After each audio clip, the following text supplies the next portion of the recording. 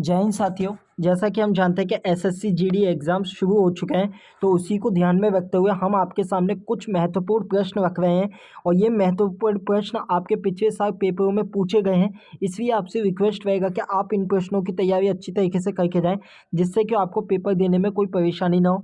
इस सेक्शन के अंदर हम मैथमेटिक्स, इंग्लिश और जीएस के प्रश्न आपके सामने डिस्कस करने वाले हैं। साथ ही साथ रीजनिंग के प्रश्न भी आपके सामने प्रस्तुत करेंगे।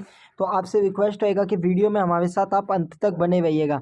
सबसे पहला क्वेश्चन आपके सामने मैथमेटिक्स का रखना चाहेंगे। ये रहा मैथमेटिक्स का महत्वपूर्ण प्रश्न, जहाँ पूछा गया है यदि 20% ऑफ ए इज 75, यानी 20% की वैल्यू हमें दी है 75, आपसे पूछा गया है तो ए की वैल्यू क्या होगी, यानी ए की वैल्यू 100 होगी, तो आप इसे 5 से मल्टीप्लाई कर दीजिए, यानी इसको भी 5 से मल्टीप्लाई कर देंगे आप। तो आपका आंसर आएगा यहाँ पे 5, इसके बाद 2 और यहाँ पे 375 will be the right answer. इस तरीके के प्रश्न आपसे पेपर में पूछे जा सकते हैं, इसलिए आपसे रिक्वेस्ट रहेगा कि तैयारी करके जाइएगा। इसके अलावा हम जीएस के भी प्रश्न आपके सामने रखना चाहेंगे। देखिए, एक दुकानदार एक वस्तु पर अंकित मूल्य 2000 पर 5% की छूट पर बेचता है, तो वस्तु का विक्रय मूल्य ज्ञात कीजिए। यानी एक तरीके से 2000 पर 5% की छूट दे दी, तो 2000 का अगर आप 5% निकालने का प्रयास करेंगे, 5% अगर आप यहाँ से निकालेंगे तो 2 जीरो से 2 कैंसर, और यहाँ पर आ गया आपका 100 आ गया 2000 का 5%, और 100 जब हम इसमें से माइनस कर देंगे तो आपका बचेगा 1900, और ये इसी का विक्रय मूल्य यानी सेलिंग प्राइस रहने वाला है। इस तरीके के प्रश्नों की आपको अच्छी तरीके से तैयारी करनी है, जिससे कि आपको परेशानी ना हो पेपर देने में। एक दुकानदार एक वस्तु को 5000 रुपये में 20% हानि के साथ बेचता है, तो विक्रय मूल्य ज्ञात कीजिए जब उसे 10% का लाभ हो। यानी हमें 80% की वैल्यू दी है, 80% की वैल्यू हमें 5000 दी है, क्योंकि 20% की तो हानि हो गई। आपसे पूछे 110% की वैल्यू क्या होगी, तो आप आसानी से 110% की वैल्यू नहीं निकाल सकते। यहाँ से आपको क्या करना है, 5000, यहाँ से 80, और यहाँ से आपको 110 से इसे मल्टीप्लाई कर देना है। और अगर आप इसे सॉल्व करना चाहें तो 8 से यहाँ पर एक ये कैंसिल हो जाएगा। उसके बाद आपको सिंपली जो है इसको सॉल्व कर लेना है, आप यहाँ से आंसर निकाल सकते हैं। तो इस तरीके से आपको ये प्रश्न सॉल्व करना है, और इसका आंसर कमेंट सेक्शन में ज़रूर बताएं आप हमें। देखिए, यहाँ पर अगला क्वेश्चन आपका टाइम एंड वर्क से रिलेटेड है। ए और बी किसी काम को, यानी ए और बी मिलकर किसी काम को 15 दिनों में कर लेते हैं। उसके बाद ए जो है अकेला इसी काम को 45 दिनों में कर सकता है, यानी 45 दिनों में कर सकता है, यानी इनका एल्शियम कितना है 45। इसकी इफिशियंसी 3 आ गई और इसकी इफिशियंसी 1 आ गई, यानी ए की इफिशियंसी 1 आ गई। तो बी इस काम को कितने दिनों में करेगा, तो बी की इफिशियंसी कितनी होगी, ए की इफिशियंसी 1 है, तो बी की इफिशियंसी यहाँ से हो जाएगी 2, और 2 को जब 45 से डिवाइड करेंगे तो 22.5 दिन लगेंगे बी को कार्य समाप्त करने में। तो ये थे कुछ महत्वपूर्ण प्रश्न। इसके अलावा यहाँ पर आप देख सकते हैं एक आपसे पूछा गया है यहाँ पर बोर्ड मास से रिलेटेड प्रश्न, यानी आपका सिंप्लीफिकेशन का प्रश्न। इसमें आपको पता है पहले ब्रैकेट सॉल्व करते हैं, फिर डिवाइड सॉल्व करते हैं, फिर मल्टीप्लाई एंड फिर सब्सट्रैक्शन। ये आपको पता होगा, उसी को मान के चलते हैं। तो पहले आपको यहाँ पर डिवाइड दिख रहा है, तो डिवाइड को सॉल्व कीजिए। तो आप इसे यहाँ से डिवाइड कीजिए, तो यहाँ से अगर आप इसको 100 इस प्रकार से, आपको कोई परेशानी ना हो, ये आ गया आपका 10। तो किस प्रकार से आपको करना है, तो आपका इसका आंसर आएगा 0.6 आ गया।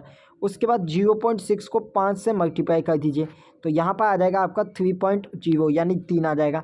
उसके बाद 3 जो है आपका इसमें जुड़ जाएगा, यानी प्लस, यानी 3.25 हो जाएगा, और 3.25 जो है माइनस हो जाएगा 67 में से, यानी एक तरीके से आपका जो आंसर आएगा 63.75 आपका आंसर आएगा। और इस तरीके से आपको प्रश्न को सॉल्व करना है।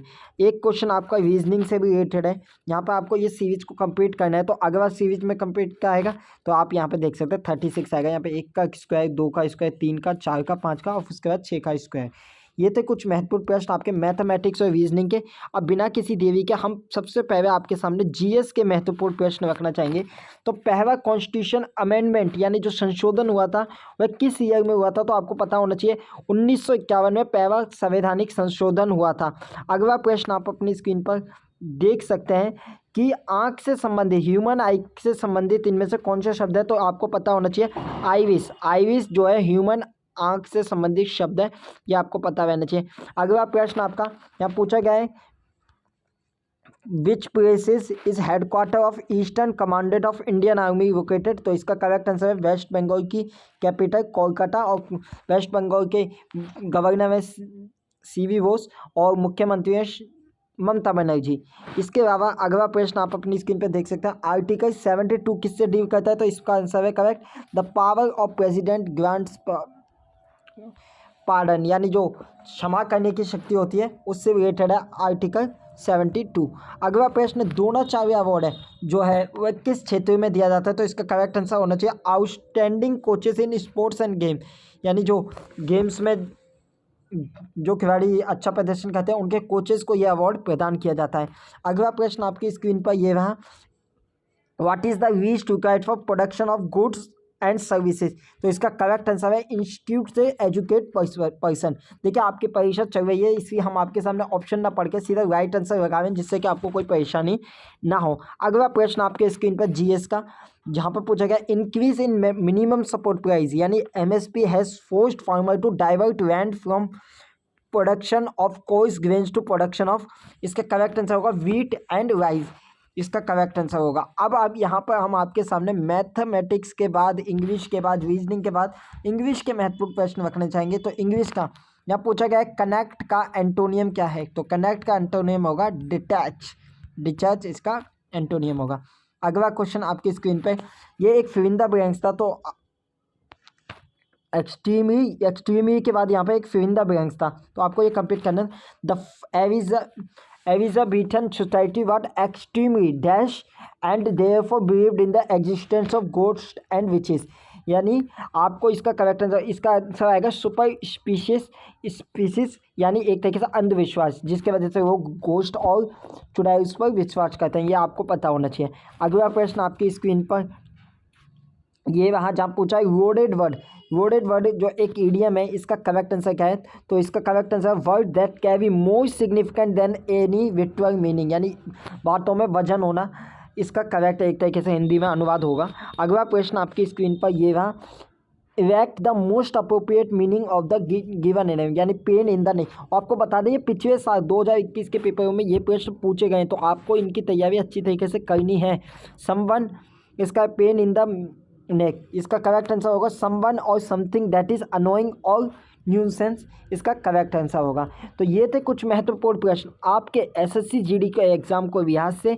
आपसे रिक्वेस्ट रहेगी चैनल को सब्सक्राइब करके रखें, आपको इस चैनल पर एनालिसिस भी देखने को मिलेगा पेपर्स का, साथ ही साथ आपके सामने महत्वपूर्ण प्रीवियस ईयर प्रश्नों को भी शेयर किया जाएगा। धन्यवाद।